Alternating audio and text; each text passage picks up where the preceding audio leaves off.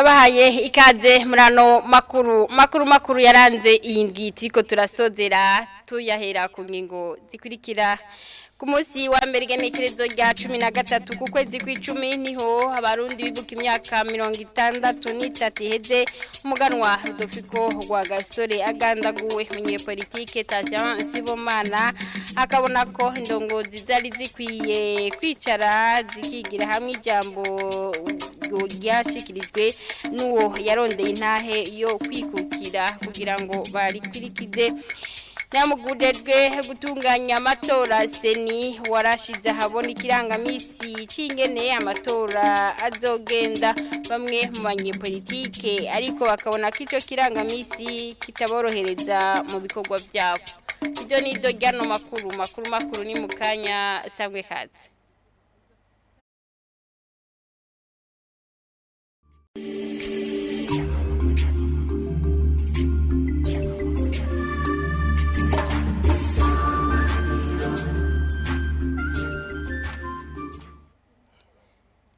Tasubiye kubaha ikaze murano makuru imyaka 63 irarangiye umuganwa Rudoviko Rwagasore agandaguwe hari ku tariki 13 kwezi kw'icumi mu mwaka wa 1961 nyuma y'intsinzi y'umugambwe w'abadasigana iprona rero muri uyo mwaka warangoye uwo umuganwa Rudoviko Rwagasore yashikirije ijambo ryo kunywanisha abari bahejeje gutsinda n'abari bahejeje gutsindwa ntibagiye gushikiriza ko leta yiwe yari ifise intumbero yo gutsimbataza ubumwe bw'abarundi kugwanya abigenza nabi abari bafise intumbero kunyuruza no gusesagura ubutunzi bw'igihugu akaba yabishikirije kuri iryo genekerezo munyepolitike Tazian Sibomana abona ko indongozi zo kwicara hamwe zikigira hamwe iryo jambo ryari ryashikirijwe n'uwo yarondeye intahe yo kwikukira akabona ko abanyagihugu batarashikira aho biruhutsa ko bari mu bukene nk'uko Rudoviko Rwagasore yashaka ko babuvamwo tumukurikire. Ufashe ijambo umugano atari umugani Rudoviko Rwagasore yavuze umugambo wiwe ipronejeje gutsinda ni ijambo ry'inkuramutima ry'intibagirano yaravuze ibintu byinshi kuko harya mu gihugu cyacu cyose kugira ngo wiyumvire iby'iterambere byo kurwanya ubukene bw'abantu ujejwe urumutware ubanza kubaha amahoro yo ku mubiri no ku mutima. Nawe muribuka neza ko yavuze ati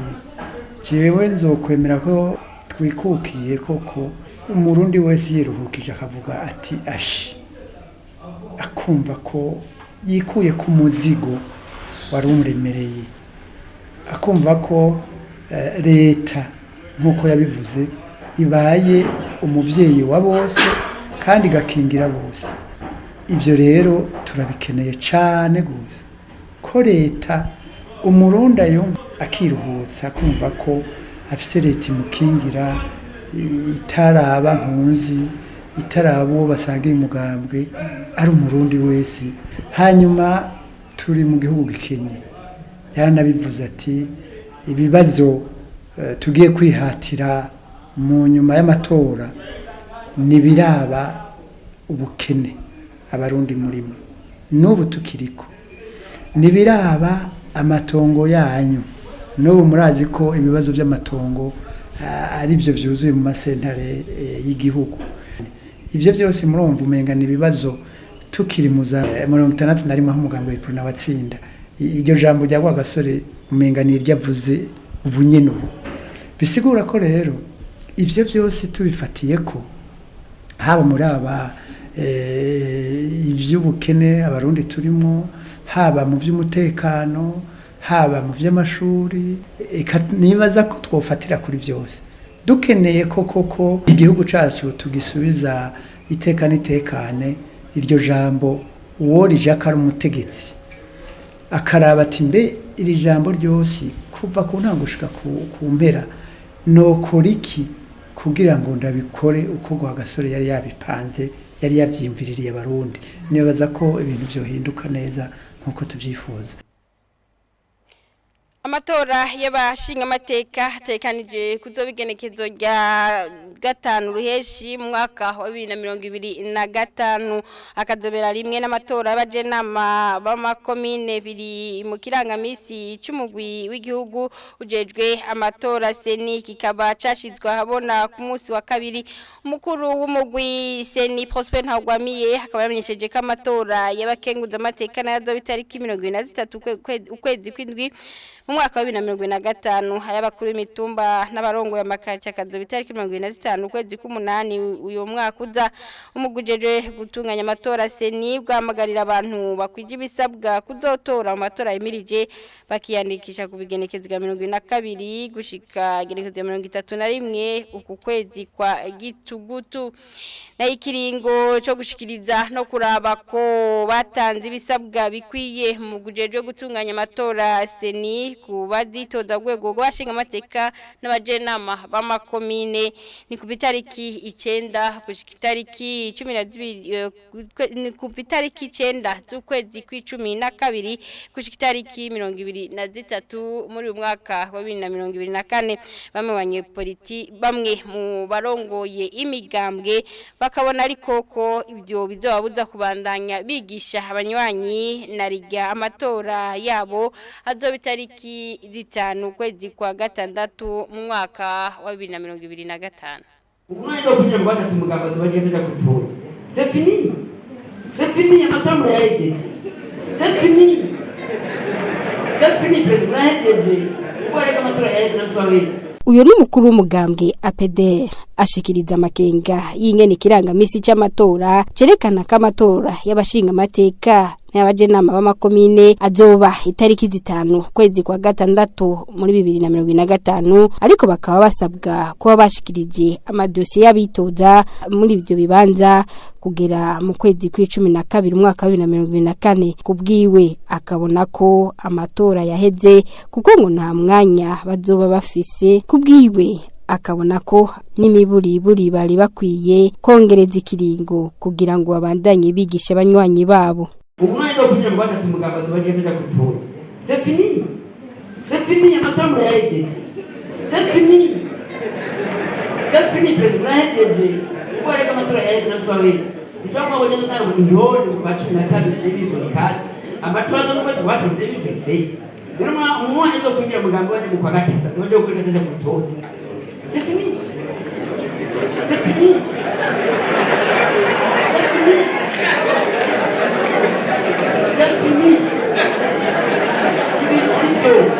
kandi kubana politiko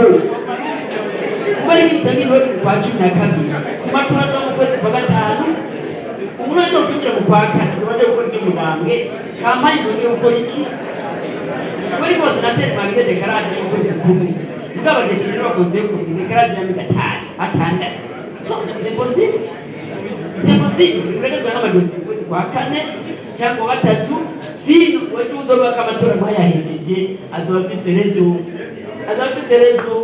Ico cyumviro ca Gabriel Banza witonde agisangiye na Olivier Nkurunziza arongoye umugambwe Iprona ati ico kirangamisi kizotera ingorane cyane kubera ko amategeko y'umugambwe atana hamwe abuza ko umunywanyi ashobora kuja ku rutonde rw'abitoza amezi 2 canke 3 imbere yuko amatora aba. Kote politike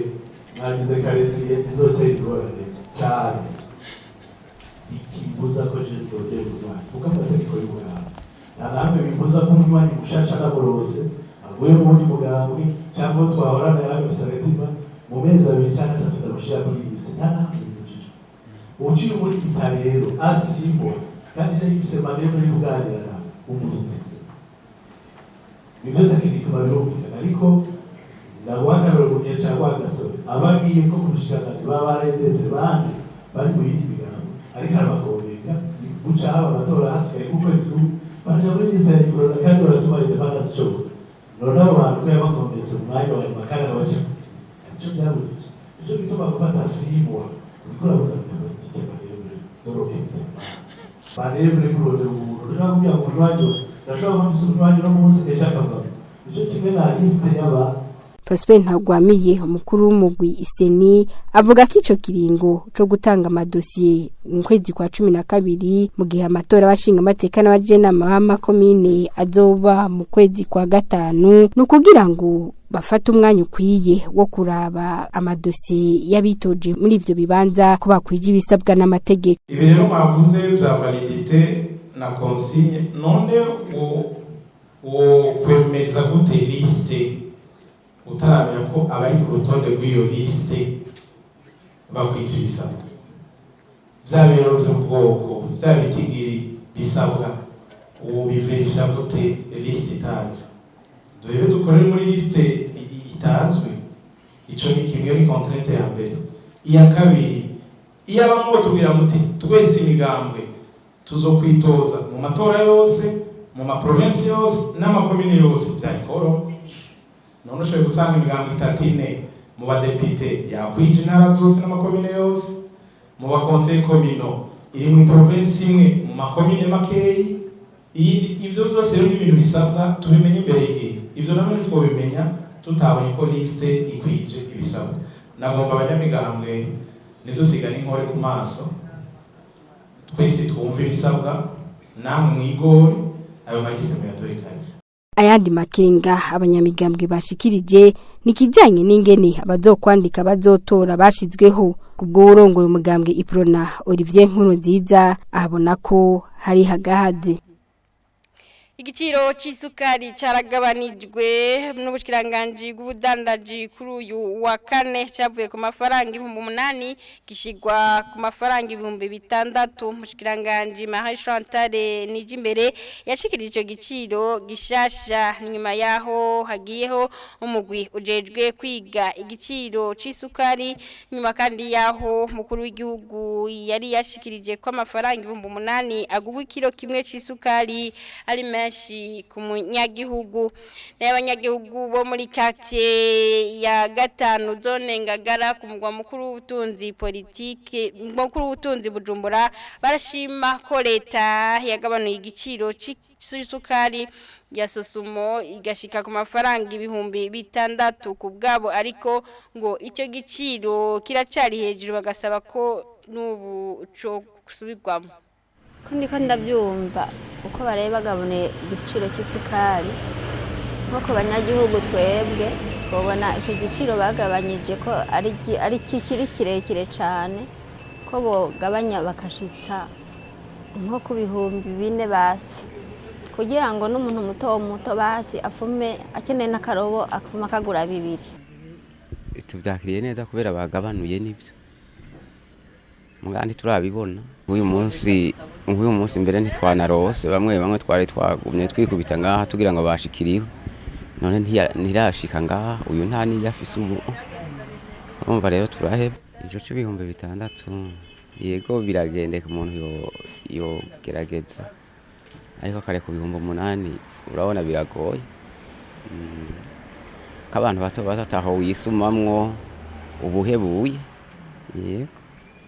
kuba baragabanuye igiciro kikava ku 8,000 kigaja ku 6,000 byari byiza mugabo turabaho cavuye naho cavuye ku 3,500 kija ku 8,000 none bagabanuye bagasha ku 6,000 turavye n'amikoro bene gihugu n'ubundi biracari kwa kundi umva kajagare kazogumamo kuko iyo sukari iva hanze nayo ntibagabanuye hagabanuye ya Sosumo gusa mbe tuzomenya gute kuri bariko hariko badandazwe ya Sosumo canke hariko badandazwa iyo hanze aho rero leta niho ishobora kuraba ikaraba ingene biharura ko bayikoroye cyo novuga ko isukari batayikoroye ege sukari ntiyakorotse cyo nzokwemera ko isukari yakorotse umudandaza mutoyi ashikiriye umugororosite wa Sosumo akarangura hama gahereza bene gihugu batoye kujya baza takalobo akakaronka akanusu akakaronka uno munsi ngo nikaye dusaba ko byodushikira natwe abantu bato ko twoshikirwa cyo twasaba cyane nuko bokongera bakaraba ingene bosura kugabanura kubarahavye amikoro ya bene gihugu cyo nasaba ko bakorora nyene igiciro gikwiye n'abanyagihugu bashobora gushikirwa kuko nka twebwe turifitiye abana bashaka nk'icayi hari igihe usanga abana baja ku ishuri ata n'icayi banyoye baranagihevye kubera igiciro. Mu mugambwe Kodebu iragigandadaye babona ko leta yihuse gushira ubwigenge mu rudandazwa rw'iyo sukari. Kefa Nibiza urongoye agira amakenga ko isukari hinguwe n'ihinguriro Sosumo yashizwe ku bihumbi 6 ishobora guca itekegwa mu yindi mifuko kugira ngo igurishwe ku giciro ca baba canke kingana n'icisukari yavuye mu bindi bihugu. Abona nyabona ko leta yari kwiye kongereza ubushobozi bw'ihinguriro Sosumo kugira ngo litange isukari kwiye tumukurikire. Twarumvise ko ku munsi w'ejo ubushanje bw'ubudandaji bwashize ikiro c'isukari ku bihumbi 6 inyuma yaho Sosumo yari yerekanye yuko isukari yogugwa ibihumbi 8 ku kiro mu kwigirwa kiyamiriza ico giciro mugabo Sosumo igashishikara idandaza isukari ku ico giciro yashinze naho mu kwigwa atari yavyemeye. Twebwe rero turibaza duti mbega ubwa mbere n'inda afise uburenganzira bwo gushinga igiciro c'isukari ko tubona Sosumo ishinga mushikanganje agashinga igiciro mbega hoho bisunga iki ko tubona umenga n'ubu igiciro kiracari hejuru cane na cane turavye kumbure amikoro y'abanyagihugu turavye naho bavuye naho bagiye ko badugije n'ubu igiciro kiracari kirekire cane. Hanyuma hari ikindi kibazo kimwe kigaruka kubera yuko bazanye ibintu vya liberalisation biboneka yuko hari isukari iva hanze rw'amafaranga menshi yamakenga yuko abarangura isukari iva hanze bashobora kuza kurangurira Sosumo bakaca bayidandaza ku giciro co hejuru iwabo. Ayo makenga n'ubu aracariho. Vyumvikana yuko twebwe tubona ko nivyo mu gushinga igiciro boraba erokudo production ariko cane bakanaraba mikoro y'abene igihugu kandi tubona yuko iyi ngingo yo kuriberaliza idandazwa ry'isukari yihuse mu gihe leta idafise amadovize iri butange kugira ngo isukari ize igiciro ciza ivuye hanze. Tubona yuko manza bakayibangira bakamanza bagakomeza ahubwo ubushobozi bwa Sosumo kugwiza umwimbu kumbure nimba ari isukari ikeneye kwinjira bagakurikirana ingene yinjira kugira ngo ntihaze kuba ivyo kuduza ibiciro cane canke ngo dusange isukari ya Sosumo ari igiye kugurishwa nk'uko umenga ivuye hanze. Ano makuru yarandindwe tiko turasozera tuyarangirize mu manuko bw'igihugu abanyagihugu baba ku nkengera z'ikiyaga Tanganyika bibaza ko gukoresha amazi y'icyo kiyaga mu koga bibafasha kwikingira indwara zitutse ku isuku rike. Akaroro ni nk'abana bo muri zone Magara ntara ya Rumonge ariko abavyeyi bavuga ko bategerezwa gusuzuma ko abana bashitse mu mihana bakaraba neza ko baba bakoze isuku. Akamo gategwa n'indongozi nuko abantu batokwijukira gukoresha amazi y'ikiyaga kuko nayo atari meza. Francine de kubgayo amazi agufasha kwikora ko bucafu nyane nkagiye nkangana ari mvuye gufasha amere mu bintu byo kurima umva narinje ko babwira ngo ndoroherwe mu kuruhuka. Aba bana baba mu micungararo yo kumweha w'uburovyi wa Magara aho benshi bita kwitara. Kuri bo koga amazi ya Tanganyika uretse ko bibafasha kuruhuka ngo biratuma bikura ku micafu bikanabakingira imigera y'indwara. Kugira uvuye nko mu ndimo cyane mu kazi ka misi yose ukora ugashaka kuruhuka cyangwa nawe ushaka kwinezereza sawa ujya koga kugira ngo ukure nk'ubucafu uba mu kazi wakoze. Nkagiye nkangana ari mvuye gufasha amere mu bintu byo kurima tutera imyumbati yajyanye aho harube muhira umva narinje ko babwira ngo ndoroherwe mu kuruhuka babidukingira imigera y'indwara nka kolera n'izindi ndwara nyene zitandukanye. Byiza two yakoresha amazi kubera twawe kubuntu nk'amazi atangika n'amazi menshi n'ubwora arada ntabwo yashobora guhera. Hajya ugiye nko mu nzira ukacihura nk'umuntu atakaravye akaca gukorako ukaca wandurwa ivyo bintu yari afise mu maboko. Hajya uhaye uragenda intumuka ikacigomeka ukufu ukacigomeka ujako uca ugenda ku ruzi ukoga ukaca ugenda ukisiga amavuta kugira ntitugware indwara za korora amacinya ibihara. Twebwe abana turakina ibintu by'umupira cyane tugakina hama tukaca tubindugumba burya bucafu bikaca biba ngombwa ko tugira n'uko tuza koga amazi. Abana benshi bo ngaha nyene iyo bahejeje gukina baraza koga, woze burya bucafu bwaho ugiye kurya ndugumba igatuma ivaho kubera ari bwo buhoma, bikaca gutuma utaguma urwaragurika. Uyu muvyeyi avuga ko bazi neza ko amazi y'ikiyaga asanzwe arimwo imicafu itandukanye. Asigura ko muri ico gihe bacungana n'abana muhira ngo barabe ko bakaravye neza, kuko ngo bitagenze uko ngo boba bugururiye imiryango indwara zituruka kw'isuku rike. Benshi baza koga ngaha mu kiyaga ca Tanganyika, amazi atari meza, ntitwayashingira intahe ngo ni meza kubera na amazi usanga uwari we wese yinjiramwo, ivyo ari byo byose bigwamwo, abana rero bagashika bakoga, ndetse n'abakuze baraza